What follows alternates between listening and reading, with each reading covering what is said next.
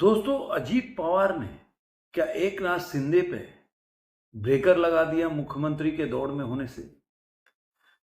और क्या जो देवेंद्र फडणवीस हैं, उन्होंने बहुत पहले ये समझ गए थे कि एक नाथ शिंदे उनके आगे के रोड़े बन सकते हैं, इसलिए एक और मराठा लीडर चाहिए, इसलिए उन्होंने अजीत पवार के साथ गठबंधन किया या अजीत पवार के साथ उनकी मुलाकात हुई और वो महायुति में शामिल कराया। क्योंकि दोस्तों, मैं इलेक्शन 2024 का जो इलेक्शन था 20 नवंबर को, उसके पहले मैंने आप लोगों को बताया था कि जितना लोगों को याद होगा कि अजीत पवार को जो देवेंद्र फडणवीस महायुति में लेके आए, उसका वजह ये था कि वो नहीं चाहते थे कि केवल एक नाथ शिंदे ही एक मराठा लीडर बने, और यही वजह है कि अजीत पवार को लेके आए। मैंने जब ये बात बोला था तो कई लोगों ने बोला ये ऐसे कैसे बोल रहे हैं, लेकिन अब ये चीज धीरे धीरे सामने आ रहा है। जब पहली बार अजीत पवार को उन्होंने महायुति में शामिल कराया था तो एक, अगर बोल सकते हैं तो उसके विरोध में एक मैं भी था कि जिस अजीत पवार पे इतने बड़े बड़े एलिगेशन लगाए आप लोगों ने इरिगेशन स्कैम का, तरह तरह के, बाद में क्यों आपने शामिल किया? लेकिन कहते हैं ना कि पॉलिटिक्स एक अलग लेवल की चीज होती है, हमारे पहुंच से परे होती है।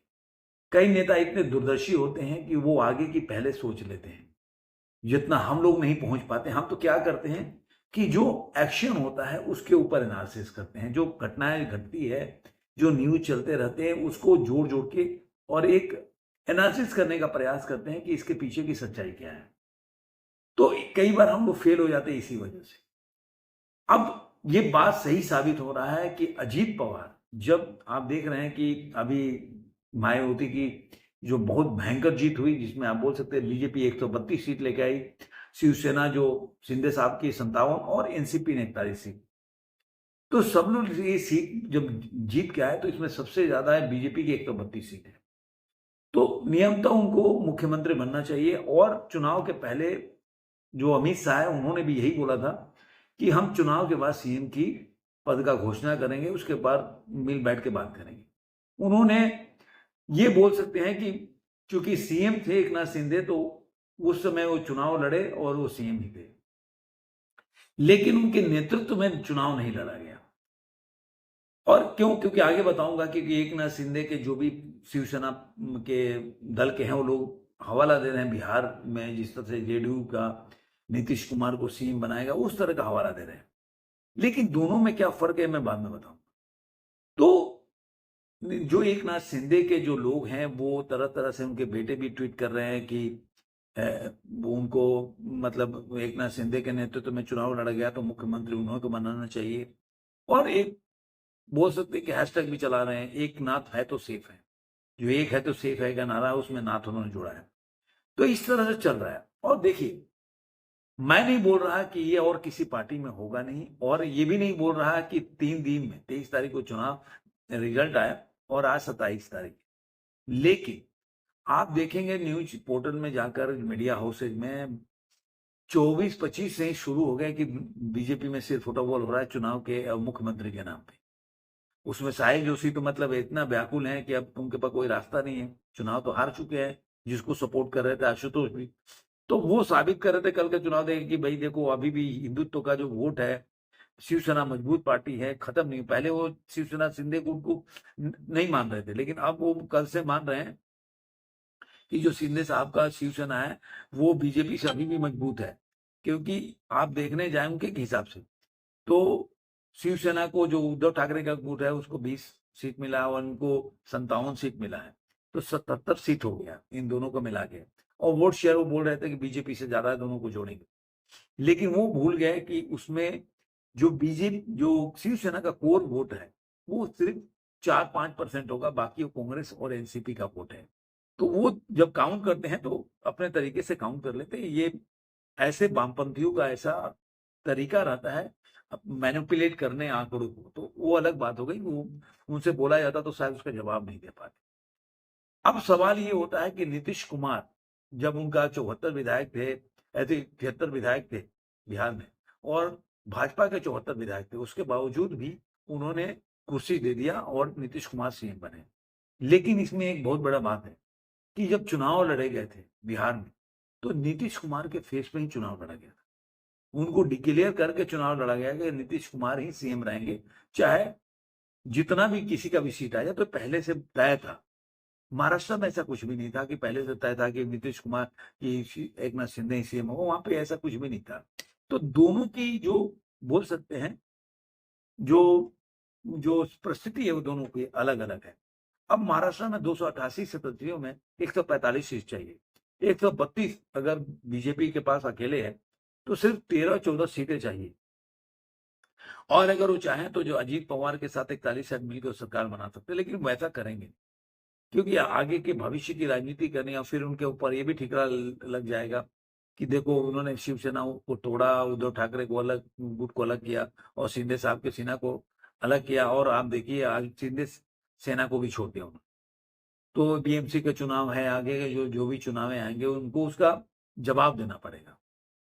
लेकिन जो शिंदे साहब का है, मैं नहीं बोल सकता कि पूरी तरह से मामला कोई अटका हुआ है। अब अभी खबर एक और आ रही है कि शिंदे जो सेना के हैं, एमएलए और एमपी जो है वो प्रधानमंत्री मोदी से मिलेंगे। अब ये मिलेंगे कोई और कारण भी हो सकता है, लेकिन जो हर लोग अपने तरीके से इसको देखते हैं, जिसमें वामपंथी लोग, वो अब बोलने लगे कि भाई मामला उलझा हुआ है, इसलिए वो जा रहे हैं, अपनी मांग रखेंगे कि एकनाथ शिंदे को ही सीएम बनाना चाहिए।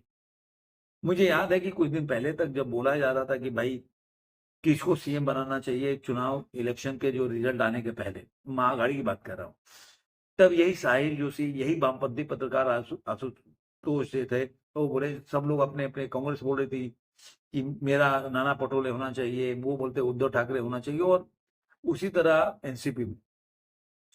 तब उनका जवाब था कि भाई वो अपनी अपनी पार्टी, उनके कार्यकर्ता चाहते हैं उन्हीं पार्टी का सीएम बने, तो इसमें बुराई क्या है। लेकिन जब महायुति की जीत हुई और जब ये सेम बात वो बोल रहे हैं, तो उनके नजर में ये फूट है। तो ये वामपंथियों का एक अपना तरीका है, और इसी तरह से वो कभी भी प्रयास करते हैं किस तरह से डिमीन करे बीजेपी को। ये आज से नहीं हो रहा है, ये हर साल बोलते हैं, हर चुनाव में बोलते हैं कि मोदी जी का लहर खत्म हो गया। जब चुनाव जीत जाते हैं मोदी जी, तो उसके बाद अगला चुनाव आता है, तो उस चुनाव में जिसमें वो पहले बोल रहे थे कि मोदी जी हार जाएंगे, तब वो उस चुनाव को बोलते हैं कि उस समय तो लहर था, अब लहर नहीं। फिर वो जिस चुनाव के लिए बात करते हैं उसमें फिर जीत जाते हैं, तो फिर अगले चुनाव तक चले जाते हैं। तो ये इनका अपना एजेंडा है, वो चलाने का प्रयास करते हैं और इसी हिसाब से वो हारते रहते हैं। तो मैंने आपको बताया कि जो जो यहाँ का जो स्थिति है, जो महाराष्ट्र का है, इसीलिए इन्होंने जो एकनाथ शिंदे हैं उनको कभी भी सीएम का कैंडिडेट या उनके नेतृत्व में या उनके चेहरे पे चुनाव नहीं लड़ा। अगर इस तरह से देखा जाए तो बटेंगे वाला नारा जो शरद पवार खुद एक्सेप्ट कर रहे हैं कि बटेंगे नारा ने यहाँ का गेम बिगाड़ दिया। महाराष्ट्र में बहुत बड़े लोगों ने, तादाद में लोगों ने इकट्ठे होकर बटेंगे नारा के साथ वोट दिया और पोलराइज हुआ वोट। तो खुद मान रहे हैं, तो इस तरह से तो बोले सीएम तो योगी आदित्यनाथ को सीएम बना दो आप। ये कोई लॉजिक नहीं होता कि आप अगर चुनाव आप जिता सकते थे तो 44 आप पूरा चुनाव जीत जाते, लेकिन ऐसा तो हुआ नहीं। लेकिन मैं नहीं बोल रहा कि यहाँ पे एकनाथ शिंदे गलत है, उनके कार्यकर्ता गलत है। देखिए हर कोई चाहता है, सच्चाई है कि उनकी पार्टी के पास पावर है, इसमें कोई गलत भी नहीं है। लेकिन ये जरूरी नहीं है कि 3 आदमी बल के तय करेंगे तो वो उनके हिसाब से, सब अपने अपने हिसाब से तय करेंगे, ऐसा नहीं। सब लोग मिलके बेटरमेंट के लिए जो जो उनका युति है, गठबंधन है, उसके हिसाब से तय करेंगे, और ये होना भी चाहिए। लेकिन बोलते हैं ना, वामपंथियों को एक मौका मिल जाता है, मतलब मीन मेख निकालना, मतलब वो बोलते हैं ना कि खोद खोद के जो गलतियां होती है उसको निकालने की। अब किस लिए जा रहे हैं, किस लिए नहीं जा रहे हैं, अजीत पवार तो देखने वाली बात होगी।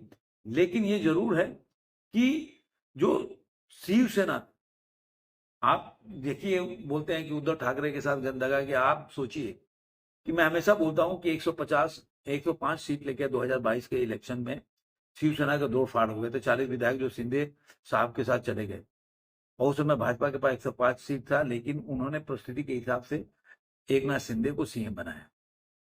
लेकिन आज के टाइम में परिस्थिति बदल चुका है, उन्होंने काफी मेहनत किया इसके लिए, और मुझे लग रहा है कि जो बीजेपी का है उसी को सीएम बनना चाहिए। क्योंकि आप ये मान के चलिए। और इसीलिए मुझे लग रहा है कि अजीत पवार, आप देखेंगे अजीत पवार जो है फडणवीस को सपोर्ट कर रहे हैं कि फडणवीस को बनना चाहिए, उनका स्ट्राइक रेट भी ज्यादा है और उन्होंने सीटें भी ज्यादा निकाली है।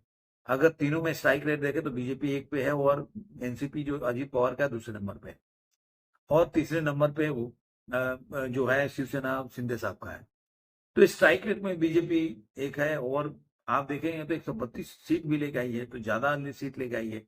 तो इसलिए जो देवेंद्र फडणवीस है उनका ज्यादा हक बनता है चुनाव में मुख्यमंत्री बनने का, या बीजेपी का कोई भी व्यक्ति का मुख्यमंत्री बनने का। और अजीत पवार, मैं इसीलिए बोलता था, जब मैं बोला था बाद में, शुरू की बात नहीं कह रहा हूं, मैं 3-4 दिन पहले मैं यही सोच के बोला था कि शायद एक मराठा नेता होते कल को देवेंद्र फडणवीस ने सोचा रहेगा कि हम इनके साथ तो कर रहे हैं। अब जिस समय शिंदे साहब मुख्यमंत्री बने होंगे 2000, बोल सकते हैं कि जब 22 में दोनों आदमी साथ आया, उसके बाद इन्होंने 2.5 साल के लिए सरकार बनाया, तो एकनाथ शिंदे सीएम बने, तो शायद उस समय एकनाथ शिंदे इसी बात पे आए होंगे कि मुझे सीएम बनाओ तभी मैं आऊंगा। तो उस समय तो चलो उन्होंने जो सोचा होगा, मैं आकलन कर रहा हूं, मैं नहीं जानता ये क्या होगा, लेकिन मैं ऐसा बोल रहा हूँ ऐसा हुआ होगा। तो ऐसा हुआ होगा, तो उस समय मुझे लग रहा है देवेंद्र फडणवीस ने ये आइडिया लगा लिया होगा कि कल को अगर हम चुनाव जीतते हैं तो एकनाथ शिंदे भी उद्धव ठाकरे की तरफ बार्गेनिंग करेंगे। इसकी वजह से उन्होंने अजीत पवार को लेके आए महायुति में कि एक मराठा लीडर को बैलेंस करने के लिए दूसरा मराठा लीडर होना ही चाहिए, और इसीलिए अजीत पवार को लेके आए। और बीजेपी भी इस पे तैयार थी कि चलो इसके निगेटिव में परिणाम कुछ आ जाते हैं दूसरे स्टेट में, कि लोग बोलेंगे कि बीजेपी का जिसको एलिगेशन स्कैम में बहुत बड़े बड़े लोग दावे कर रहे थे उसी के साथ सरकार में, तो उसको थोड़ा सा डेंट कर सकता है, लेकिन इन द फ्यूचर वो उनको कुछ ना कुछ दे के जाएगा। और यही इस स्ट्रेटेजी में मुझे देखने को मिल रहा है। तो जो अभी डेलीगेशन जा रहा है पीएम से मिलने के लिए, तो मुझे लग रहा है जब होगा कुछ नहीं, जो बीजेपी चाहेगी वही होगा। अब ऐसे वामपंथी लोग भी उसके बाद भी जब देवेंद्र फडणवीस मुख्यमंत्री हो जाएंगे तो कुछ ना कुछ मतलब आग लगाने का प्रयास करेंगे, ये इनका आदत है और ये करते रहेंगे। तो देखते हैं आगे क्या होता है। आपको ये वीडियो कैसा लगा जरूर कमेंट बॉक्स में बताइएगा। फिर मिलेंगे अगले वीडियो में। आज का इतना ही।